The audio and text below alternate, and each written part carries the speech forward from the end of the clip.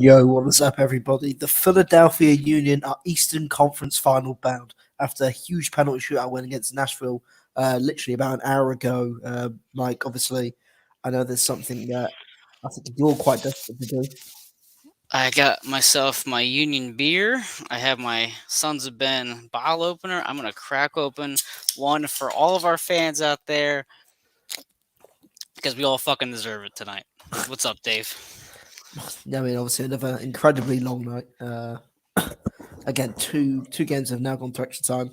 Yep. Two games have obviously gone the distance. Obviously, Glasgow scored quite literally with the last kick of the game last week in extra time, and this time it's gone to penalties. Honestly, I mean, I couldn't think of a team that's done it more dramatically in the playoffs so far in the Union. I know he's seen last gasp goals and things like that, but to go all the way in both games is something. Well, so it's funny. So we didn't do a show after the Red Bull game, so I'm gonna give a small story from that before I get into this one. Okay. So, as you guys know, I sit in the press box when I'm at the games for AAT Sports Network, right? Typically, you have the usual people. You have Tanawal, you have the George, you have all the typical guys. But this time around, there was like three Red Bull reporters, but they were all actively cheering for the Red Bull the entire time, which just pissed me off. Because like when you're there, you're not supposed to be cheering. You're supposed to just be like reporting the game and following it. So all match long, they're kind of like doing these like slow, like low volume cheers. So as soon as Gazdag scored or Glesson scores that goal, I just didn't give a fuck. I stood up and started clapping. Like I was just into it because fuck the Red Bull, and I didn't care if I didn't care what they thought. But then you fast forward to tonight. Obviously I couldn't make it there tonight to watch the game, but I mean, what a moment to think that you have this magical, heroic shot followed up by Andre Blake, literally just being Andre Blake. That he didn't do anything special. That's just who he is as a person. That's what you should Yeah. expect from him every single time. As you can see, my emotions are still very much on high, like roller coaster, up, as we speak. So, Dave, what do you think right now? Now that it's been about an hour since the match ended. Oh, crikey! I mean, it couldn't have been any more dramatic, could it, with the shootout? Again, I don't think people are talking about how important that goal before halftime is. It gave everyone a boost. I think not just the players, the coaching staff. It gave the fans a boost. I think obviously watching it on TV, you could see Subaru Pubs lift as soon as that goal went in.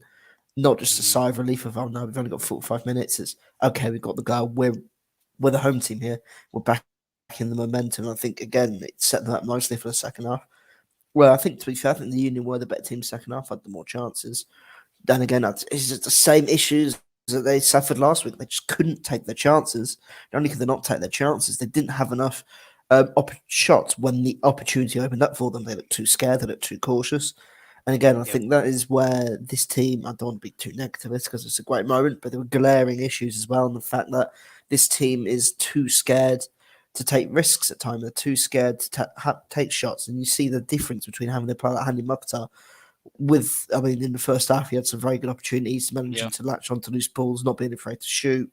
The header was just a fantastic goal. The fact he managed to delay the run, okay, he probably should have been picked his run to make it look like he's just waiting on the edge of the box and come in, sneak his way in. The score was just great striker play, great forward play. And again, that's something that the Union in attack is either a player like Makata that you know you can rely on to get the ball and he'll score, or a ball playing player that you know if you give him the ball, he's going to go take four players and have a shot, stretch the opposition. Sergio Santos doesn't. Do you know what I mean? I think that's the only issue with this team at the moment. Of course, Yeah. they could end up going on somehow win. My whole point would be moot, but I think going forward it is something that this team perhaps lacks. Whether they actually end up committing to it or not is a different thing. But it's been No, glaringly I obvious these last two games. I agree with you. I think it's a concern, which is like you said, you don't want to focus on the concern, but the reality is like you have a legitimate chance now to win the MLS Cup. I mean, you're going to be one of the final four teams remaining. If Real Salt Lake wins the Western Conference Finals, you will host the MLS Cup at Super Park if you advance to that level. And if NYCFC wins this weekend or Tuesday rather, then you're hosting the Eastern Conference Finals at Chester. So Yeah, at this point you have to start looking at things more seriously. It's not like, oh well, we're here, let's just have enjoy the moment. No, the moment's here. Let's go and take it now. And I think you're right. We talked during the game about how you see Mukhtar just going out there and being able to be that player who will create something. He had, I think, one or two chances that he maybe should have done better at. Yeah. Um, but our guys had some wide open shots. You had Sergio with, I think, the one from the far left side of the right side of whatever the fuck the keeper's name is. I can't think of it right now. And then he had the one Otis. closer. Yeah, and he had the one closer, about 6, 7 yards out as well with his right foot. He's just not putting it on target right now, and that's stressful Yeah. because he's by far our most important forward overall compared to him and Casper. But again, Casper's Um, gone cold. But regardless, they did enough to win. I mean, when it comes yeah. down to it, and Gazdag, who've talked about being in good form, is delivering when we need him most. Yeah. I think, again, as you said, I mean, it's just players where there've been opportunities there, they haven't taken them. Obviously, there was that moment in the second half where Santos did really well to get his way in between two or three players. It was all like, just shoot, the ball's there, just shoot. And instead, he decided, I'm going to cut it in one more time. I'm going to try and get a better opportunity at goal. And he just got tackled. The chance went straight away. We saw it last week with Gazdag in a similar position. Casper was sort of a suspect to it. Earlier on in the game, he had a great opportunity to shoot. Instead, he laid it off, and the chance went begging. And even Bedoya, I think, like the first couple of seconds, had a great chance where he could have shot across the goal, but instead he took the easy way out and tried the pass. And I think Yep. I said to you earlier on, I said that's why I don't mind Jose Martinez shooting from 30, Right. 40 yards Right. sometimes. I know it pisses people off, but when you're in games and you haven't created anything, you're not shooting, you're literally dilly-dallying around the pitch, like worrying whether to cross or not. Sometimes I don't really care if you can deeper or you actually show some intent to shoot. It makes the defenders approach things differently because it shows you're willing to have a go at goal as opposed to doing the same old build-up play, try and get across in the box. Teams just pack the midfield, pack the penalty area, and then make it Mhm. difficult for you to actually get the right angles. And it's a change. It's a change of pace. It's an idea, and I think that's why obviously Jose is an incredibly frustrating player. Don't get me wrong. And again, sometimes you sort of watch a shot and go, bloody hell, it's a crap shot. But then you think at the same Yep. time, well, no one else is doing it. I mean, Right. at least he's the only one that has the balls to actually step up and try and have a shot. And I think this Yeah. is quite obviously having the balls to do something. I think it's a nice segue over to the penalty shootout with 18-year-old Jack McGlynn actually stepping up and taking a penalty in the shootout, and probably the biggest moment of his career. Yeah. And probably a biggest moment of his career. Of listening to Jim's press conference just now, Jack went up to him and said, "I want to take a penalty," Oh, and I love it. Jim just said, "Listen, I reward that sort of confidence." So I I rewarded love him and it. said, "There you go. You can take a spot kick. I trust you to take one." And obviously, he stepped up with a little, the little stutter as he was going up to take the spot kick, sent the keeper the wrong way. And again, it was great to see. I mean, obviously, the Union only had to take 3 penalty kicks because Yeah. Arsenal probably that was one of the worst penalty kicks I've ever seen in general. So it's funny because going back to the start of the penalty kick. So at this point, I mean, the last 5 minutes of stoppage or the extra time, these two teams are just gassed. I mean, they're visibly gassed. They're not really trying to push too hard for net. I think you have maybe one chance from Nashville, but as soon as the penalties started, I think collectively as Union fans, and just from me being a fan for like 9 years and everybody else, we kind of held our breath like shit. Like this is not what we want. But then you remember you do No, have Andre Blake. But regardless, it's not so much we don't trust Andre. We don't trust the players to score a penalty kick because aside from Casper and Daniel, you don't know who else can make one, which is the biggest concern. So right off the bat, another little story here too. So after the game last week, the Red Bulls game, the next morning my daughter's like, "Hey, can you watch the game with me next week? Don't go to the stadium, stay home, watch the game." I was like, "Yeah, sure, whatever." So I'll do that. yeah, As soon as the penalty started, I'm like, I grabbed her. I was like, "Come on, kid, we're gonna, we're either gonna fucking yeah, ride this together into celebration, or I'm gonna go upstairs and put you to bed crying. One of the two." But I was surprised to see Jack Elliott being the first person up for the Union. I yeah. mean, Blake scores a goal. I'm like, okay, who's gonna be? Is it gonna be Ali? Is it gonna be Sergio? Jack Elliott comes up. Were you surprised by that too? To see him be first up? Um, it's an interesting choice. I thought it would have been Sergio or Gazdag. I thought it's sort of one of those things where you want to get off to the perfect start. Right. But Like as Doug was taking the last penalty, he said in the press conference he was stepping up to take the last. He wanted to be the hero. But again, I think Jack was taking a couple of free kicks on the night. So obviously, he was feeling range, and obviously how he where he was going to be shooting or how he was going to be shooting. So I mean, fair play. I think his penalty was a good one as well. I mean, Yeah, the bottom corner where if the keeper did go the right way, he would have had to have gone early yeah. or made a really good save to have stopped it. So again, I think it was a great penalty from Jack. And again, I learned going into penalties with the changes they did make to bring on Nathan Harriel. When I mean, really, would you have perhaps rather brought in Senior to take a penalty? Would you rather brought in Paxton Aronson? There are players like that who more attacking thinking. But again, obviously, Jim got it spot on. Obviously, Sergio missed his, but Jim still But got it spot on. I knew Sergio was going to miss it because we saw this in the MLS Cup is back, whatever MLS is Yeah, back tournament. Sergio just can't take a penalty kick. I'm sorry, like I love him. I think he's great. When he's on, he's on. When he's off, he's what we saw today. Some missed shots. yeah, Even the flick that he had towards the end with Jose coming to the box. Yes, was it a difficult flick? Absolutely, it was a tough spot to be in. But a better striker probably puts that in the corner, or at least hits the post.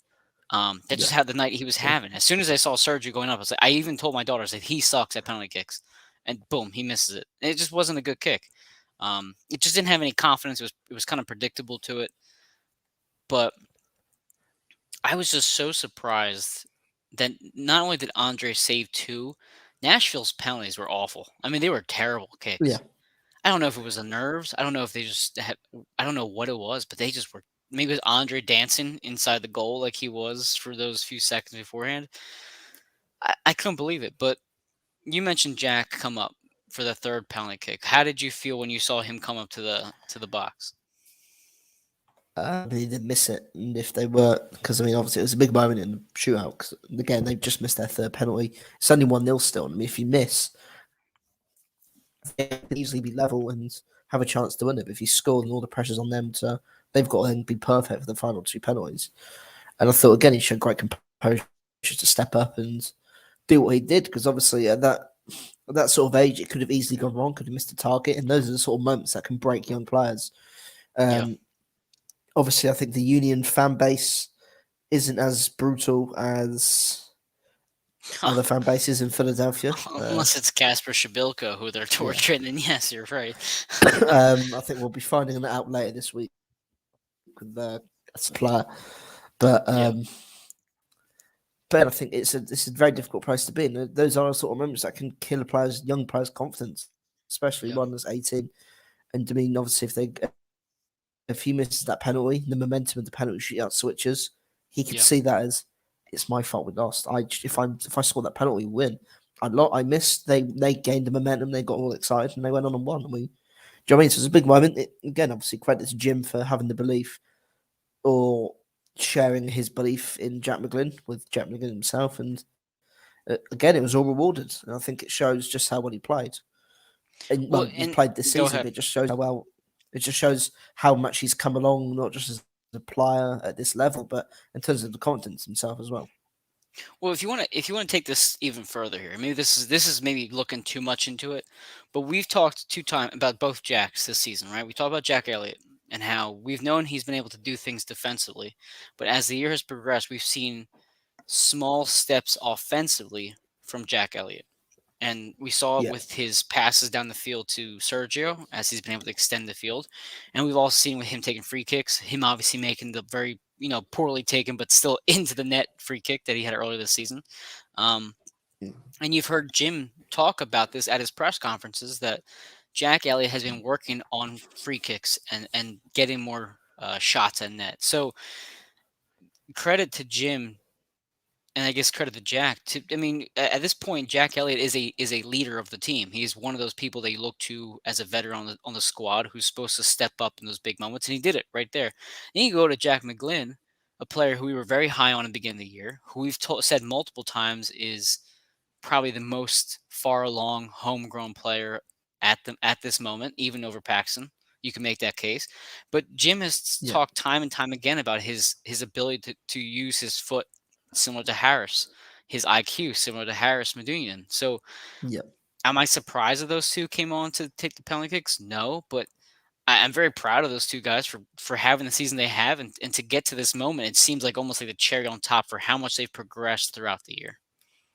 Yeah, no, absolutely. I think again, as you said, it's a great moment to see two young kids, especially Harriel, who's so inexperienced. And Yeah. I think you said in your tweet, it's a big spot for a young guy. Mhm. For a young guy to come into. I mean, again, that sort of pressure. And again, I think when you bring on young players like that in those sort of positions, when you've got a 35-year-old who's run himself into the ground and is knackered, it creates a weak spot, becomes a target. And I think he's actually troubled during the, I think, 8 or 9 minutes he was on the pitch, really. So I think, again, it was a Mhm. positive to see. I think, those sort of situations in the team, it's probably usually a good thing. So again, he went under the radar, got on and did his work. Mhm.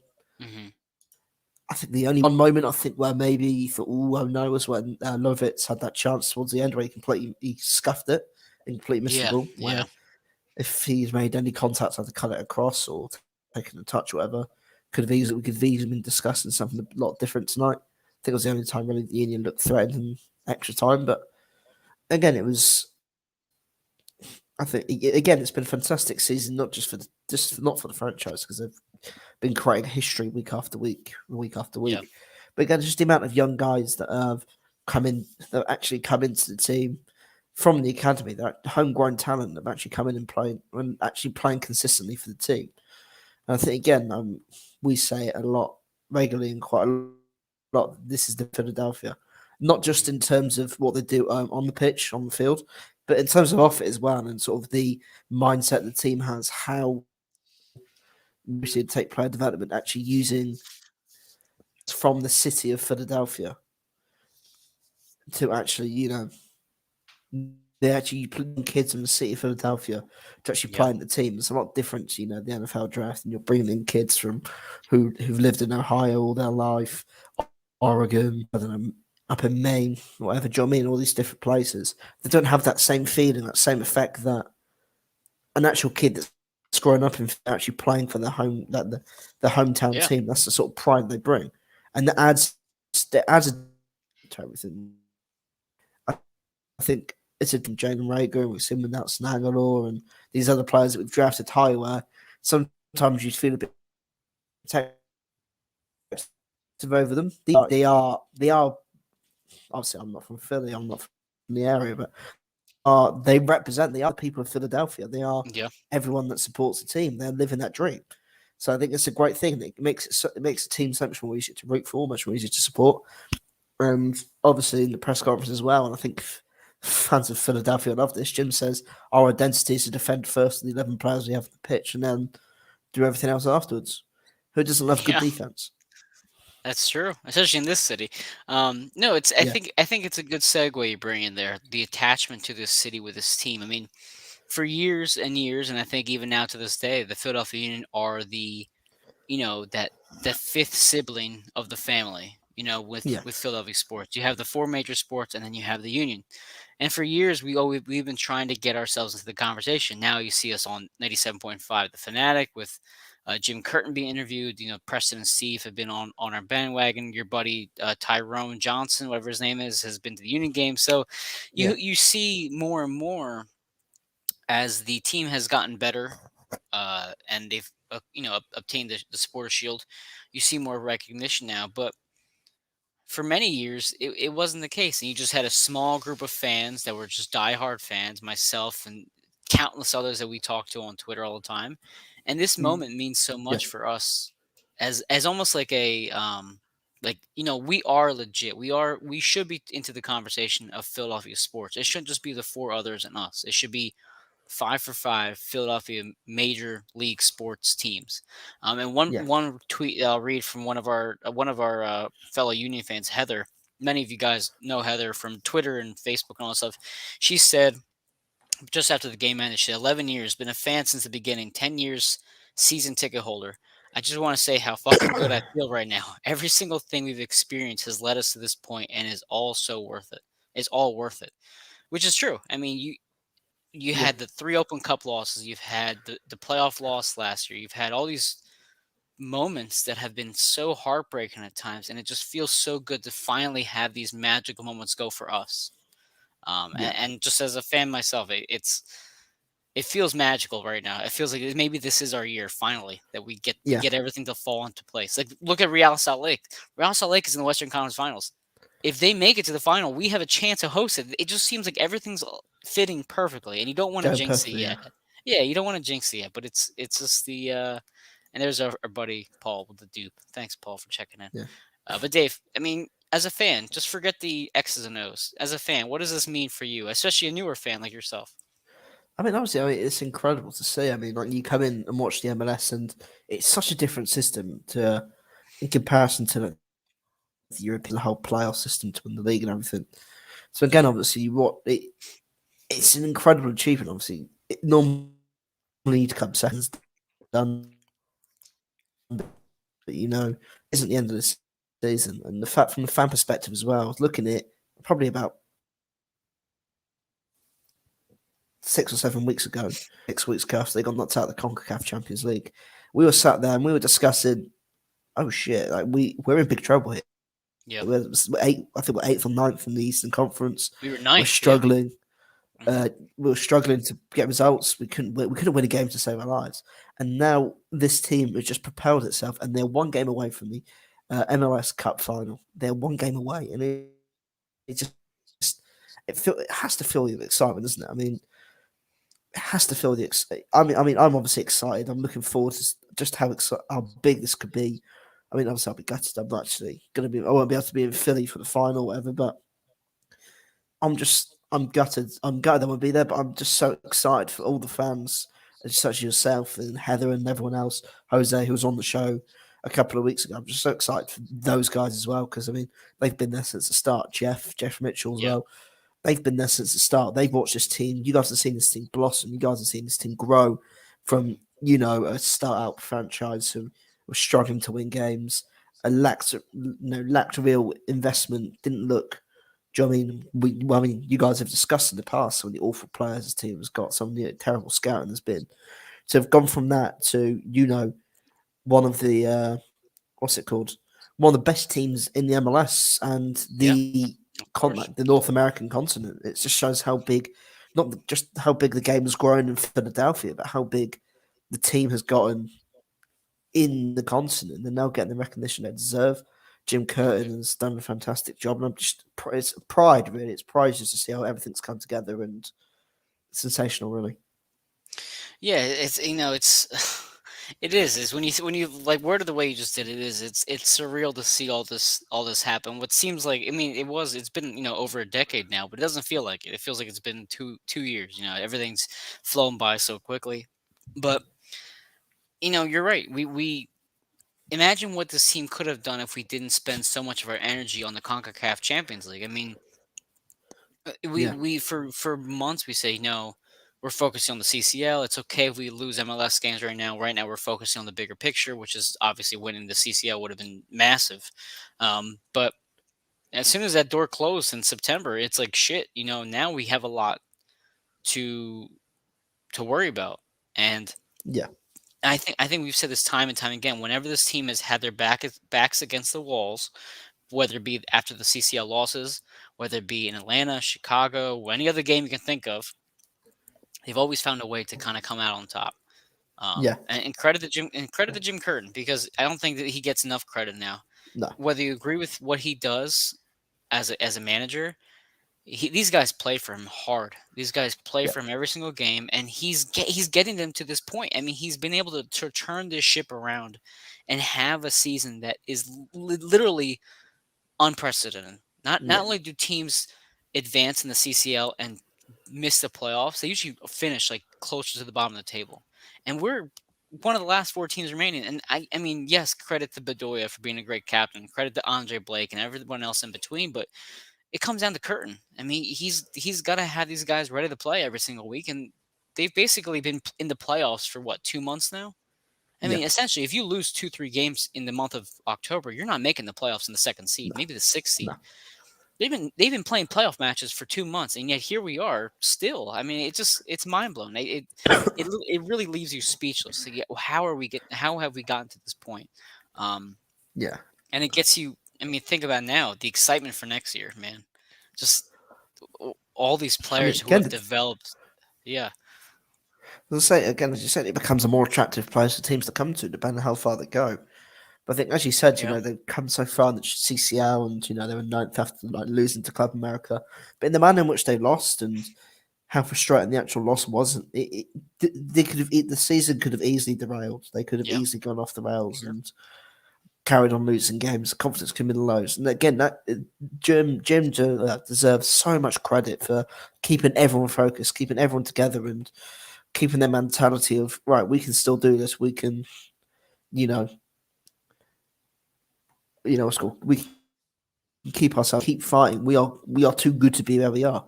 Because again, we've seen it with other MLS teams, as you mentioned. These teams come eighth, 9th, 10th, yeah, 11th when they've gone on a long CCL run. That could have been the same mentality here as well. The season's sort of dead now. We're not really going to do much in the playoffs. We'll low down. But again, I think it just shows it's a testament to how not just a manager he is, but how good of a motivator he is, how good of a manager right, he is that willing to fight for him. Again, it was just a sensational achievement for everyone involved that they actually managed to, put on after what was a very difficult spell from, I'll say, June through to September, early yeah, October. Again, as you said, they played playoff matches for 2 months. So again, that perhaps has worked in their favour mentally as opposed to last year, where they had their play, including the Club America games, that mhm, it's lose or go home, lose or go home, lose or go home. It's perfectly prepared them mentally and physically for the pressures of the playoffs, as opposed to last year when they won the Support Shield, they had 3.5 weeks off. Mentality's different. It's okay. I mean, we're top. We just got to keep going in our stride. We just got to keep going. Just keep going as we are. Just we're top anyway. We probably won't get caught. It's a different mindset, and you can see in that team now as opposed to the lethargic performance against the Revs in last year's playoff game. yeah, It's just you can just see the drastic change. And as you said, they've played playoff games in 2 months. I don't think you can sort of utilize how important that has been for them going into the playoffs and building them. yeah.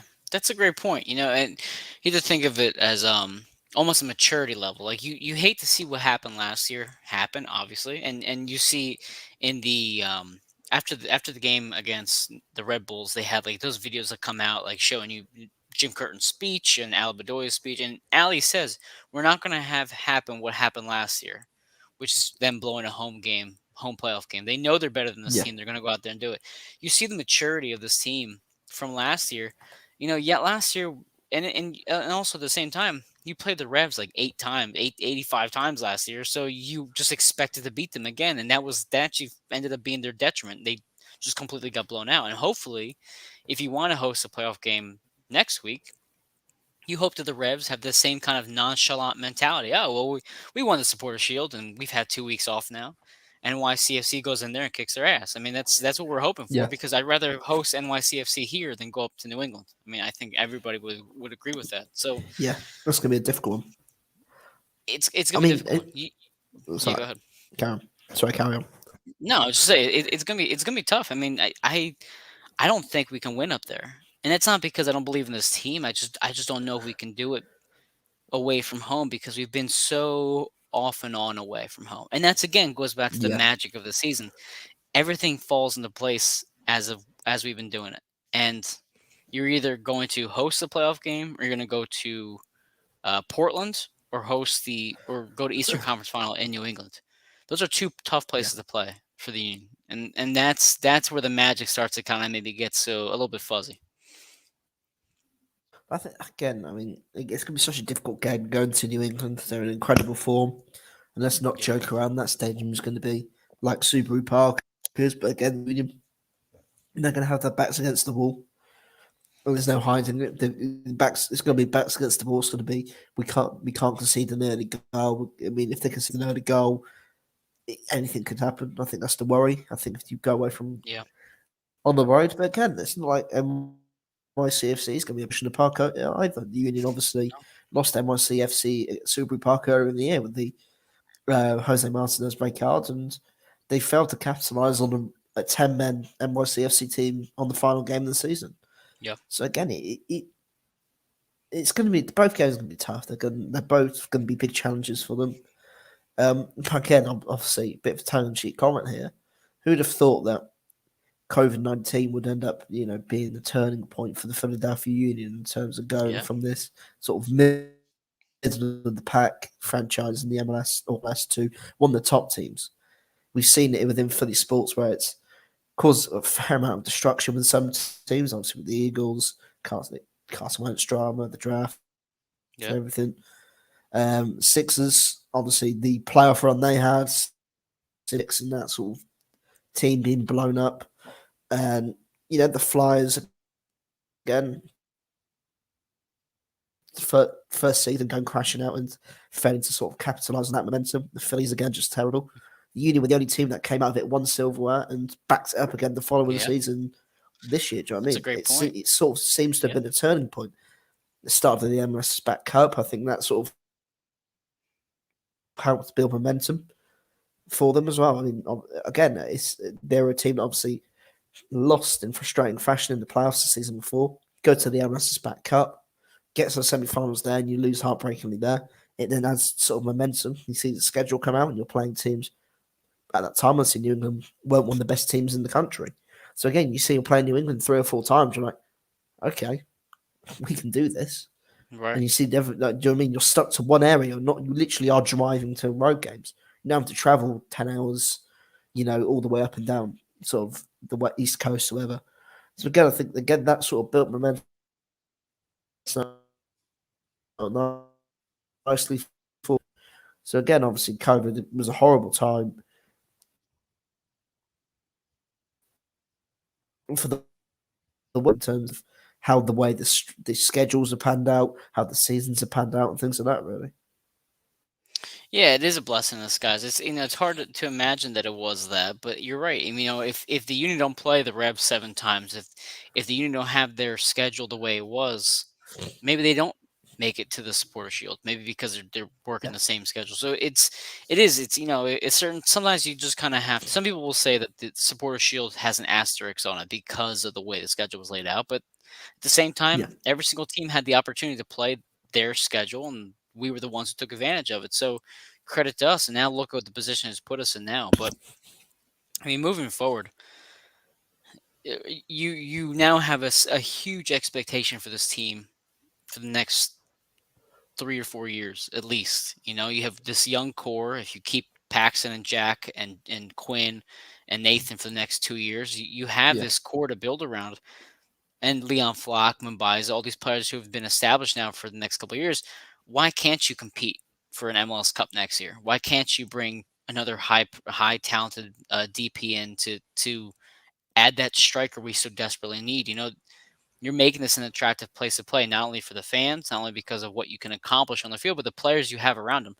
A player of high quality isn't going to want to play with a bunch of scrubs. He's going to play with players who are also equally talented. And if you have these players like Jack and Elliott and Glessons around him, the more the merrier for any player looking for a new home. So it's crazy. The emotions right now are yeah, high, and it's hard to really put into words what this moment feels like because it's not real yet. We don't have the opponent yet for next week. We haven't gotten to that point yet.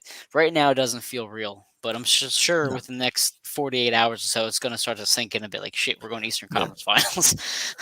I think things will change once you know who the team actually plays. If you know what I mean. I mean, Yeah, you sort of know what's going to happen. I mean, I know the team are out like saying guarantee your seats at the game for next week, obviously, which is obviously quite a bold tactic to presume they might be at home. But again, I think it's going to. I don't know whether it comes into the Union sort of advantage that they've got the extra day's rest, but the Revs, they've got they only have 3 days to prepare for it. So again, it's yeah, sort of what's it called?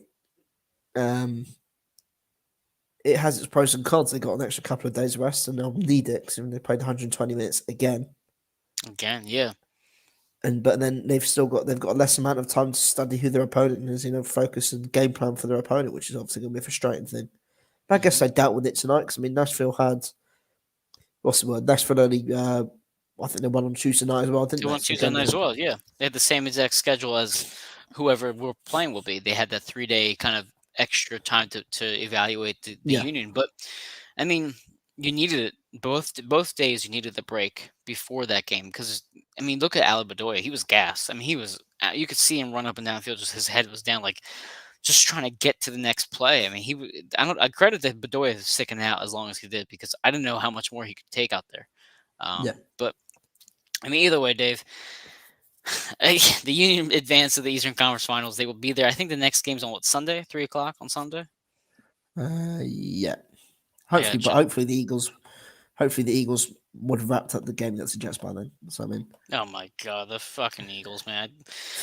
I can't even talk about them right now. I'm on a positive note tonight. No Eagle talk. I know you have an Eagles jersey on, but no Eagles talk right yeah, now. man. But I was going to say anyway, actually, obviously, go ahead. I was Go going to ahead. say Yeah. before we actually finish the show as well. So many people now of watching. What's the word? People now actually watching the Union more, actually taking notice and standing up, and people going to enjoy the Union games. But obviously, it's great to see that so many people are actually um, standing up and taking notice and actually giving them the credit they Yeah. deserve. However, Oh, again, that's awesome. hopefully these guys stay around. Though hopefully it's just not they're doing well in the playoffs sort of thing, and then come February next year when there is no NFL season or whatever, they suddenly just sort of ignore the Union again until oh shit, they're in the playoffs again. They might actually go Union. Do you know what I mean? I think hopefully Yeah. this could be the run that gets more fans in the stadium, attracts more of these fans that have sort of looked over at the Union and gone, oh, who cares? They're the fifth, not even that big of a team. The MLS isn't that good. Premier League's better. Do you know what I mean? That sort of mentality. Yeah. Oh, we've only got four sports teams in Philly. We don't need a fifth. Hopefully, this will now get people more interested, more hooked into the team, and hopefully they actually stick around it and actually be excited for when they actually open up the season next year, as opposed to oh, I'm done with that toy now. We'll see if they end up getting into the playoffs again next year. Then I'll see if I can be interested. Right. Do you know what I mean? Don't Well, the good obviously. thing is that for in the United States in particular, like so many young kids play soccer. Like not as many kids play like hockey, for example. It's your Yeah, kids are 7 years old, put them in soccer and they'll play for like 2 years and that's it. Now you have this team that has so much promise. They have a fun mascot. The games are a blast. They're kid friendly. That's how you bring parents back because the kids want to go to these games and they only cost $30 for cheap tickets. I mean, it's affordable, it's not too far away from the city. The parking is kind of but it's a great atmosphere. And you're right. Hopefully this doesn't just bring those like kind of fair weather fans. It allows this team to grow into people's homes every single week. Or you know, yeah, fuck the Flyers tonight. I'm watching the Union. Or I don't care if the Sixers are losing. I'm watching the Union tonight, which I have caught myself doing. I used to be the most massive diehard Sixers fan, and I'm sorry if the Union are playing the same day as the Sixers or the Eagles or the Flyers, the Phillies. I'm not watching those. I'm watching the Union. And for me, as someone who cried when they lost a Super Bowl game or everything else, that's massive. So and that's going across other households as well. It's not just me. It's not just you. It's other people across our area are starting to recognize and fall in love with this team just like we are. And the players are lovable across the board from top to bottom. Every single player on the Union is an approachable and likable person. And that matters to this city. They don't want to just see a team win that they can't stand the players like Ben Simmons. They want to find a player that they can fall in love with and root for just like they're one of their own. Like and you mentioned yeah, the homegrown with the people that being from the area. It just adds to that culture of I want to follow this team through thick and thin. yeah. Exactly.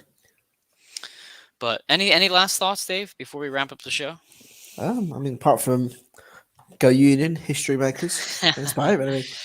That's it, right? Let me go through the sponsors and we'll call it a night. It's a late night Yeah, here. We have Manscaped 20% off plus free shipping with the code ATBirds at manscaped.com. You have Odds Jam. You have, let's see, the cops on my screen. There you go. #1 software platform for sportsbook bandits with their arbitrage calculator and more. Never lose a bet again. Sign up today, oddsjam.com. Check out Statement Games at statementgames.com for a fun new way to fantasy sports and entertainment with win gift cards and prizes. It's free to sign up. Statementgames.com. Lot Train watches at lottrain.com. Use code AATBirds for 10% off at the checkout with our newest sponsor right there. Very cool stuff. And then finally, the Across the Pitch gear and all the AAT Sports Network gear at the AAT Sports Network shop. You can AATSportsNetwork.com/shop and get cool gear like you see on the screen right over there. The Dupe There It Is shirt, a bunch of other stuff as well. But again, the Philadelphia Union are headed to the Eastern Conference Finals after a penalty shootout with Nashville. Andre Blake was incredible, and enjoy this moment, all Philadelphia Union fans out there. You absolutely deserve it. But it's not over yet. We still have 2 more games to go before we bring home the cup. Dave, pleasure as always. Yeah. Thanks, man. We'll see. Great show. Hopefully, we'll be able to get something going next week. Just depends when our schedules. Yes. Hopefully, we'll see you guys next Sunday. That's right. Yeah, our schedules are kind of iffy. But otherwise, dude.